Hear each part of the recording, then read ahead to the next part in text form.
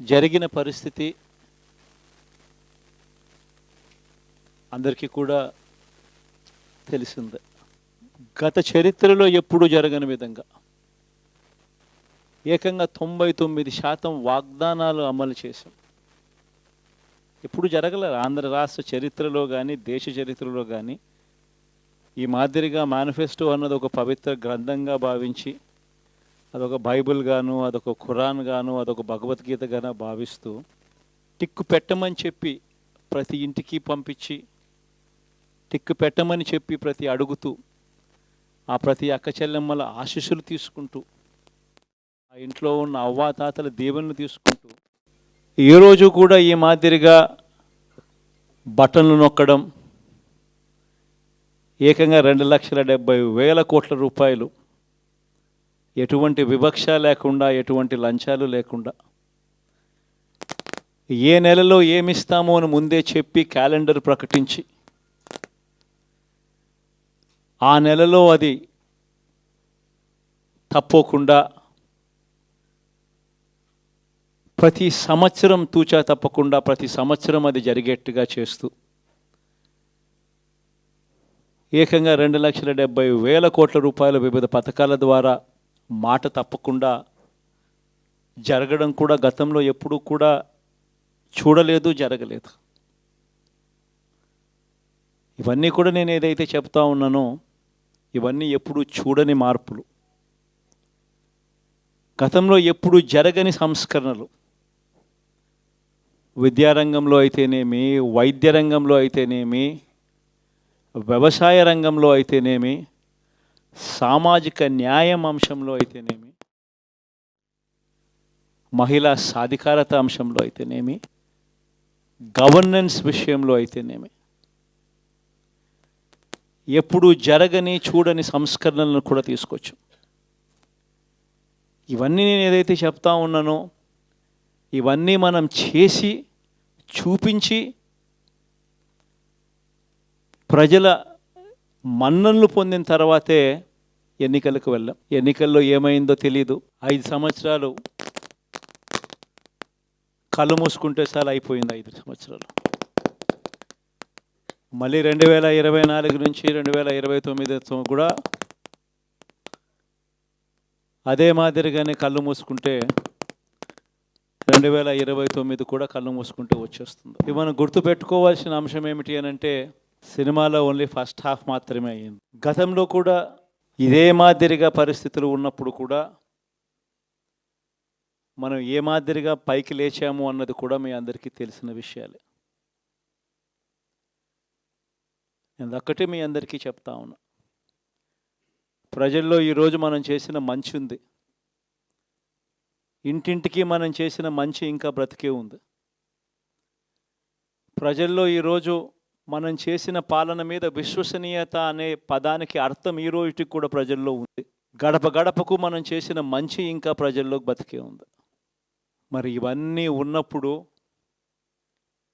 మళ్ళీ మనం లేయడం కూడా తథ్యం. కాకపోతే కొంచెం టైం పడుతుంది. ఆ టైం ఇవ్వాలి. ఆ టైం ఇచ్చినప్పుడు, అది జరిగినప్పుడు, పాపాలు పండినప్పుడు ఖచ్చితంగా మళ్ళీ మనం పైకి లేస్తాం. ఈ విషయం ప్రతి ఒక్కరం కూడా గుర్తుపెట్టుకోవాలి. ఎందుకు ఈ మాట కూడా చెప్తా ఉన్నానంటే రాజకీయాలలో అన్నిటికన్నా ముఖ్యమైన అంశం క్యారెక్టర్, విలువలు, విశ్వసనీయత. ఈ పదాలకు అర్థం తెలిసి ఉండడం రాజకీయాలలో చాలా అవసరం. రాజకీయం అంటే ఎల్లవేళలా అధికారమే కాదు. అధికారంలో లేనప్పుడు కష్టాలు ఖచ్చితంగా వస్తాయి. కానీ ఖచ్చితంగా కష్టాలు వచ్చినప్పుడు మనం ఖచ్చితంగా ఏ రకంగా రియాక్ట్ అవుతామన్నది మన చేతుల్లో ఉంది. విలువలు, విశ్వసనీయత లేని మనిషిగా రాజకీయాలు చేద్దామా, లేదా కష్టాలు వచ్చినప్పుడు ఆ కష్టాలను ఎదుర్కొని హుందాగా నిలబడుతూ మళ్ళీ 5 సంవత్సరాలు కళ్ళు మూసుకుంటే 5 సంవత్సరాలు అయిపోతాయి, మళ్ళీ 5 సంవత్సరాల తర్వాత మన పాలన వస్తుంది, మన ప్రభుత్వం వస్తుంది, అప్పుడు మళ్ళీ మనమే ఆందోళన ఎక్కుతామన్నది కూడా గుర్తుపెట్టుకొని అడుగులు వేస్తామా అన్నది మనలో ప్రతి ఒక్కరూ కూడా ఆలోచన చేసుకోవాలి. ఇదే మన ప్రభుత్వం అధికారంలో ఉన్నప్పుడు కులం చూడలేదు, మతం చూడలేదు, ప్రాంతం చూడలేదు, రాజకీయాలు చూడలేదు. చివరికి ఏ పార్టీకి ఎవరు ఓటు వేశారు అన్నది కూడా చూడకుండా ప్రతి పథకము కూడా డోర్ డెలివరీ చేయించాం మనం. అర్హత మాత్రమే ప్రామాణికంగా తీసుకొని ప్రతి పథకము, ప్రతి మంచి కూడా ప్రతి ఇంటికి డోర్ డెలివరీ చేయించాం.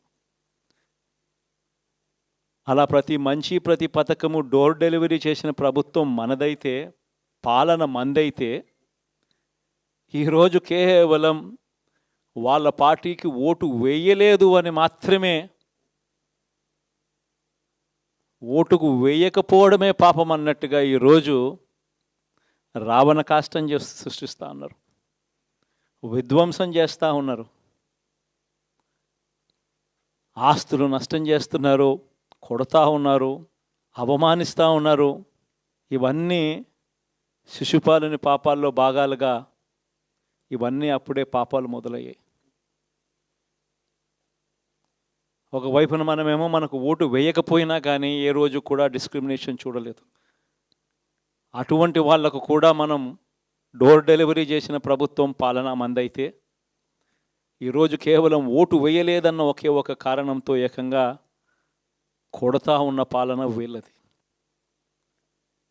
ఈ పాపం ఊరికే పోదు. రెండవ పాపం చంద్రబాబుది కూడా అప్పుడే పండింది. బహుశా కేంద్రం ఈ రకమైన కేంద్రంలో ఈ రకమైన పరిస్థితులు బహుశా ఎప్పుడు ఉండిండవేమో.